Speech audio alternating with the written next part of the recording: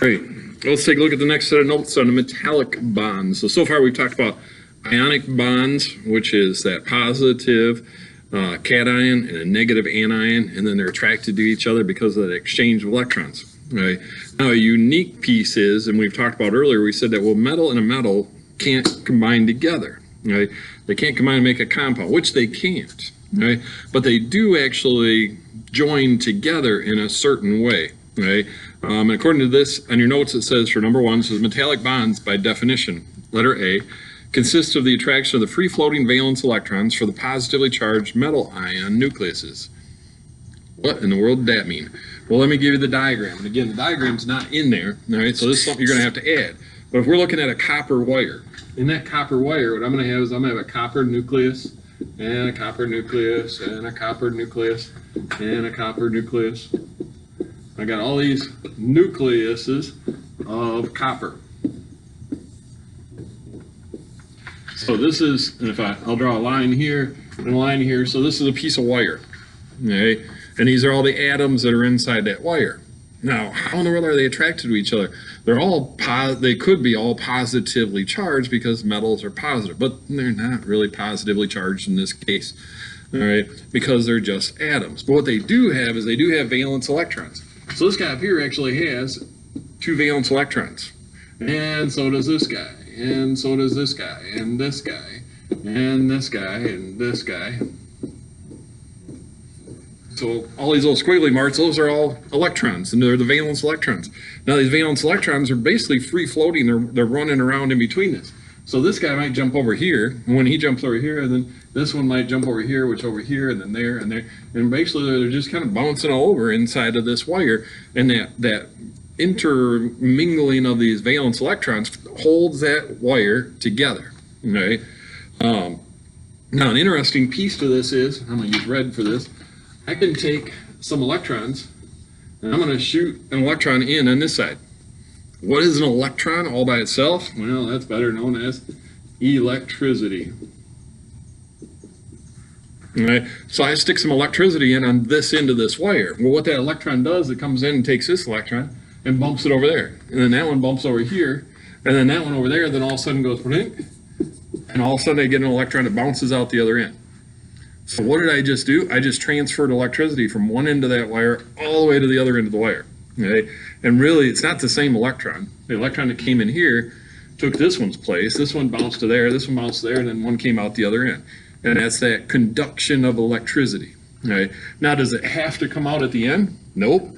I could reach in and go and touch the wire right here, and all of a sudden I'm going to give that electron a route. And what it's really looking for, it's looking for a place where there's lots and lots and lots of atoms. Just the electron. Where's a place with lots of atoms? The Earth. Right? And if I'm standing on the Earth and I touch this wire, I just gave it a route to get to the Earth. So that electron is going to go in my finger and out my foot and go right down into the Earth. And I'm going to go, holy macro, man, that hurt. Right? And I just got jolted with electricity. I just felt the electrons go through me. Right? And it doesn't matter where I can touch up here, and all of a sudden the electrons will travel out me and down to the Earth, right? So it's that movement of those valence electrons is really what electricity is. So number 2 on here says they're good conductors of electricity. Why? Because they have these free-floating electrons, right? As one electron enters one side, it pops out the other side, right? It's a flow of electricity. We can say that metals are what we call malleable, which means if I take a hammer and I hit the top of this wire with a hammer, what's that piece of copper wire going to do? It's going to go, and it's going to become flatter, right? I hit it again, it's going to end up flatter. Well, the way in which I like to describe this is, think of this as like a 3-layered cake, and each of these rows of copper atoms are layers of the cake, right? If I hit this, what will actually happen is these ones up here will all of a sudden go ting, and they'll end up down here. Right? And what I'll end up with is I'll end up with a 2-layer cake. Now that 2-layer cake will still be this wide? No, because these guys are going to end up on the end. So all of a sudden my 2-layer cake is going to be like this wide.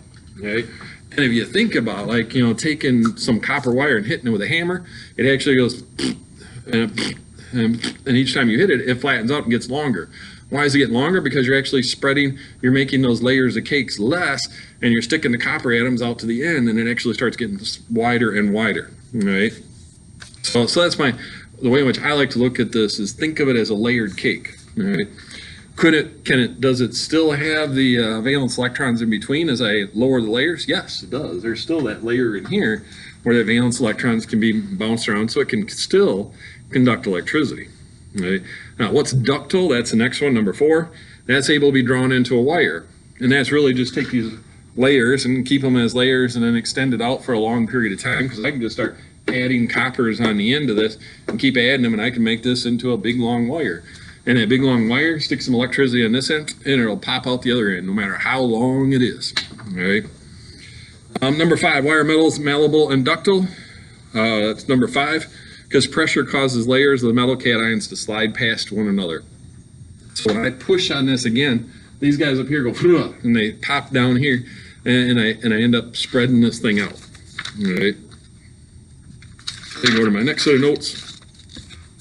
Think letter B says, think a 3-layer cake can be made into a 2-layer cake, but it's going to be wider. Excuse me. Letter C, the last piece, ionic compounds. So now we're going away from metals. Right? We're going to go back to the ionic compounds we talked about a moment ago. Ionic compounds, like a piece of salt. I hit a piece of salt with a hammer, it goes and it shatters all over the place. It doesn't go and end up flatter. Why? Right? Well, the one thing that happens in that, and let's see, I'm going to turn this just a little bit so I can do it over here, is that if I have some, oops, let me get rid of my electricity here. If I have what I showed you earlier, there's that sodium chloride, which really there's a sodium here and a sodium here, a sodium here, and a sodium there. Right? So that's positive, negative, positive, negative, positive, negative, positive, negative, positive. Right? So they're all attracted to each other because of those opposite charges. Now, if I take a hammer and I hit this middle spot right here and knock it down, right? So if I knock it down, it's all of a sudden going to be this.